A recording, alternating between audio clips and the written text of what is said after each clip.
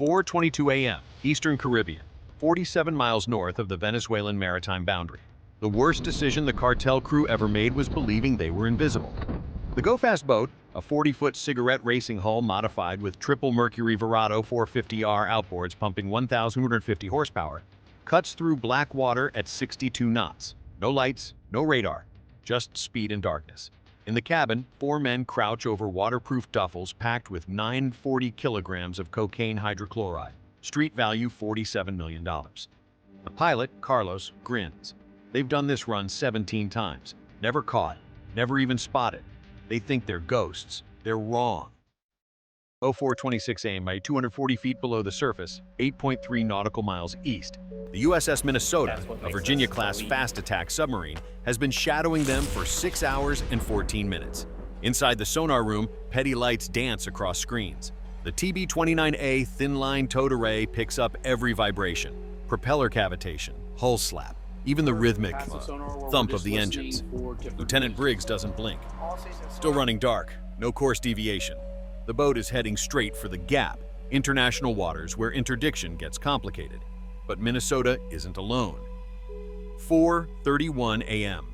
12,000 feet above, an MQ-9B Sea Guardian drone orbits in silent circles. Its ANDAS-4 electro-optical targeting system locks thermal imaging on the go-fast. On a screen at Joint Interagency Task Force South in Key West, analysts watch 4 heat signatures moving in the cabin. One stands, stretches, sits back down. They're relaxed, someone mutters. They have no idea. They don't. Because what Carlos and his crew can't see, what their primitive handheld GPS and decades-old marine radio will never detect, is the net closing around them. 04:38 a.m. The USS Zephyr, a Legend-class cutter, changes course, 19 miles southwest. Her MCO 110 57mm naval gun is cold, but her MH-65 Dolphin helicopter is spinning up on the flight deck. Pilot Lieutenant, Commander Hayes pulls on her helmet. The rotors scream to life. Intercept window is tight, the tactical coordinator says over comms. They hit international waters in 41 minutes, Hayes nods. Her co-pilot checks the M240D machine gun mounted in the cabin door. 7.62 size 51mm NATO rounds. Belt fed, ready. Flight ops, this is Rescue 654, lifting in 2 minutes. 04:41 a.m. On the go fast, Carlos throttles down slightly. Fuel check. They're good. Maybe 90 minutes to the drop point off Curacao. He lights a cigarette. The glow reflects off the dark water. Behind him, Miguel laughs at something on his phone. Then the radio hisses. Not their frequency. Something else. American voices. Clipped. Professional. Track is solid. Visual confirmation. Miguel's smile dies. Carlos, man, you hear that? Carlos grabs the radio, switches channels, static, switches again, more static. Then, unidentified vessel, this is the United States Coast Guard.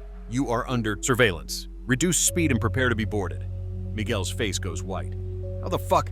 Carlos slams the throttles forward. All 3 engines roar. The bow lifts. The hull screams across the water at 68 knots. 04:43 a.m. They run. What they don't know is that running just made this worse. 04:44 a.m. The helicopter lifts off the Zephyr's deck in a blast of rotor wash and salt spray. Lieutenant Commander Hayes banks hard northeast, the MH-65 Dolphin's twin turbo Mika aerial turboshaft engine screaming as she pushes 180 knots. The ocean below is still black. No dawn yet. Just thermal signatures and radio chatter. Rescue 654, we have you on link. Target is running. Speed 68 knots, heading 045.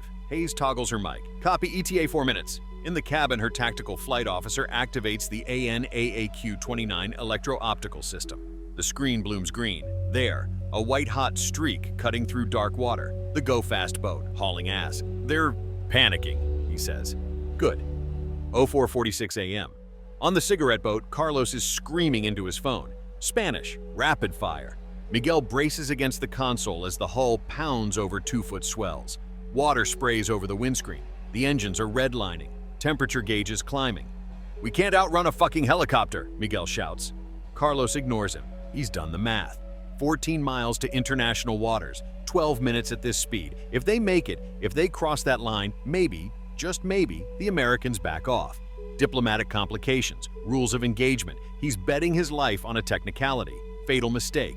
because 240 feet below, the Minnesota is already there. 04:48 a.m. In the submarine's control room, Commander Reeves watches the navigation plot. The Go-Fast is crossing directly over them. He can hear the propellers through the hull, a high-pitched whine transmitted through thousands of gallons of seawater. Steady as she goes. Maintain depth. The boat passes overhead. Then Minnesota adjusts course, still shadowing, still listening. "Sir, Zephyr reports helicopter is 2 minutes out." Reeves nods. The trapeze is tightening. Air above. Surface assets converging. Submarine below, no way out. 04:49 a.m. Carlos sees the helicopter first. A black shape against the pre-dawn sky, spotlights suddenly blazing to life.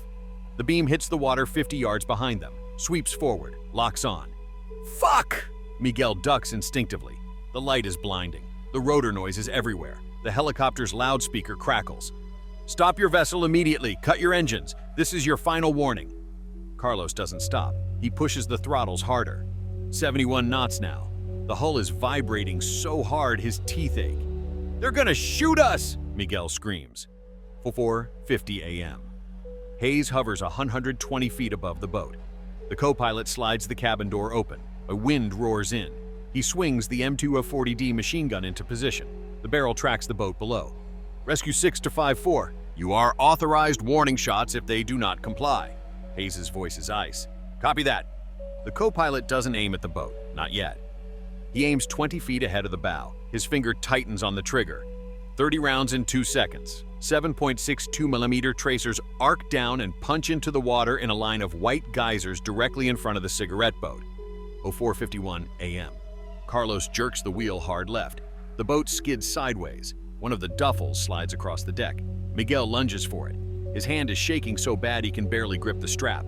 "Carlos, stop! Stop this fucking boat!" But Carlos can see the line now. The maritime boundary, 9 miles, maybe 8. So close. He straightens out. Throttles still maxed. Another burst from the helicopter. Closer this time. Water explodes 10 feet from the starboard side. The noise is deafening. 04:52 a.m. On the Zephyr, Captain Mendoza watches the thermal feed. He's not stopping. His XO shakes his head. Negative. Still running. Mendoza picks up the radio. "All units, target is non-compliant. Escalate to direct engagement if he crosses into international." "Wait." The radar operator holds up a hand. "Contact surface vessel bearing 270, fast, really fast." On the screen, a new blip appears, closing at 45 knots. It's the Zephyr's over-the-horizon interceptor boat, a 32-foot beast with twin diesel engines and a reinforced ram bow. Crew of 4, armed with M4 carbines and a deck-mounted M2 Browning 50 caliber machine gun. They've been waiting. 04:54 a.m.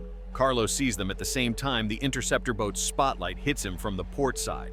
2 vessels now, helicopter above, and somewhere out there, he's sure of it, more assets closing in. His hands are shaking. Miguel is praying in Spanish, rapid, desperate. "Our Father who art in heaven." 04:55 a.m.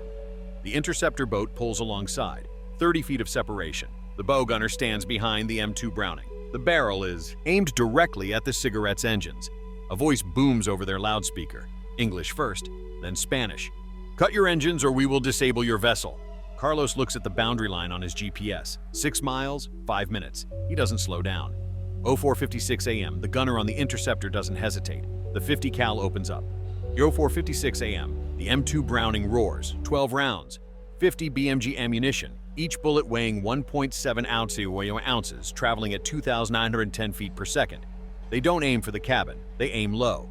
The first 3 rounds punch through the fiberglass hull 6 inches above the waterline. Starboard side. The impacts sound like thunder. Composite material explodes inward in razor-sharp fragments. The 4th round hits the center Mercury Verado outboard. The engine block cracks. Oil sprays. The powerhead seizes instantly with a metallic shriek. The propeller stops mid-revolution. The entire 450 horsepower engine dies. Carlos feels the boat lurch violently to the right. The 2 remaining engines scream as asymmetric thrust tries to tear the hull apart. He fights the wheel, overcorrects. The boat skids sideways. Miguel hits the deck hard. His head cracks against a duffel. He's not moving. 04:57 m. Water is already pouring through the hull breaches. Not fast, but steady. The bilge pump kicks in automatically. It's not enough. Carlos throttles down. He has no choice. On 2 engines, the boat shudders and slows. 44 knots, 38 knots, 30 knots, the helicopter stays locked overhead. The spotlight never wavers. The interceptor boat closes in 20 feet, 15 feet, 10 feet. Cut your engines now! Carlos and hovers over the ignition keys. His chest is heaving. Sweat pours down his face despite the cool night air. He looks at the GPS one last time. 4.7 miles to international waters. So fucking close. His hand drops. He kills the engines. 04:58 a.m. The silence is sudden and absolute. Just the thump of helicopter rotors, the slap of waves against the hull. Ooh. Miguel groaning on the deck. The interceptor boat pulls alongside. Grappling hooks deploy. Lines secure the cigarette boat. 4 Coast Guard Maritime Security Response Team operators swing aboard. Helmets, body armor, M4 carbines with weapon lights cutting through the darkness. Show me your fucking hands! Carlos raises his arms, slow, shaking. Miguel is pulled upright. Blood runs from a gash above his eyebrow. He's dazed, pale. An operator zip ties his wrists behind his back. The other 2 crew members, silent until now, are dragged out of the cabin. Face down on the deck, hands secured. One of them is crying. Boat is secure. 4 detainees. Visual confirmation of contraband. 04:59 into 9 a.m. An operator slices open one of the duffels with a tactical knife. Vacuum-sealed bricks tumble out. White powder compressed into perfect rectangles, stamped with a scorpion logo. He keys his radio. Confirmed. Multiple kilos. Cocaine. On the Zephyr, Captain Mendoza exhales. Copy that. Good. Work. Bring them in. 05:03 a.m. The sun breaks the horizon. Orange light spills across the water. The cigarette boat is taking on water faster now. The hull is riding lower. The bilge pump whines uselessly. She's sinking, one of the operators says. They work fast. 940 kilograms of cocaine transferred to the interceptor boat, duffel by duffel. Then the 4 detainees. Carlos goes last. He doesn't look back. By 05:11 a.m., the cigarette boat slips beneath the surface. 40 feet of custom racing hull, $380,000 in modifications. Triple outboards, gone. International waters are 4.2 miles away. They never made it. 05:47 a.m. The interceptor boat pulls alongside the Zephyr. The helicopter lands on the flight deck. The detainees are brought aboard in handcuffs. Miguel needs 6 stitches. Carlos stares at the deck in silence. In the processing room, Homeland Security investigations agents photograph the cocaine. Each brick, each logo, chain of custody documentation. By noon, the drugs will be in an evidence locker in Miami. By next week, they'll be destroyed in an incinerator. Street value lost, $47 million. Operational cost to the U.S. Coast Guard, Navy, and Interagency Task Force for this single interdiction. Approximately $340,000 in fuel, personnel hours, and equipment. Return on investment? Incalculable. Final tally: 4 detainees facing federal conspiracy and drug trafficking charges, minimum 20 years each. Carlos, the pilot with 17 successful runs, will die in a U.S. federal prison. 1 go-fast boat destroyed, 940 kilograms of cocaine seized, 0 American casualties. Mission duration from first helicopter launch to final detainee aboard, 63 minutes. The Venezuelan cartel lost because they believed in darkness and speed. They believed the ocean was big enough to hide in. They believed technology couldn't see them. They believed wrong. What they didn't account for was the invisible net, submarines tracking from below, satellites watching. From above, helicopters ready to launch, interceptor boats positioned along predicted routes, and an interagency network that never sleeps. The U.S. military and Coast Guard don't chase drug runners. They wait for them. And when the moment comes, there is no escape, no negotiation, no second chance. Just overwhelming, coordinated, unstoppable force. Carlos thought he was invisible for 6 hours. He was visible the entire time. They just let him run until there was nowhere left to go. This is what happens when amateurs challenge the most technologically advanced maritime interdiction network on the planet. This is what happens when arrogance meets precision. This is what happens when you think you can outrun satellite surveillance, thermal imaging, submarines, helicopters, and crews trained for exactly this scenario. You don't outrun the United States military. You just run until they decide to stop you. If this story gave you chills, if you felt that helicopter rotor wash, if you respect the men and women who hunt in the dark to keep drugs off our streets, hit that subscribe button and comment "Nowhere to run." Because in these waters, against these forces, that's the only truth that matters.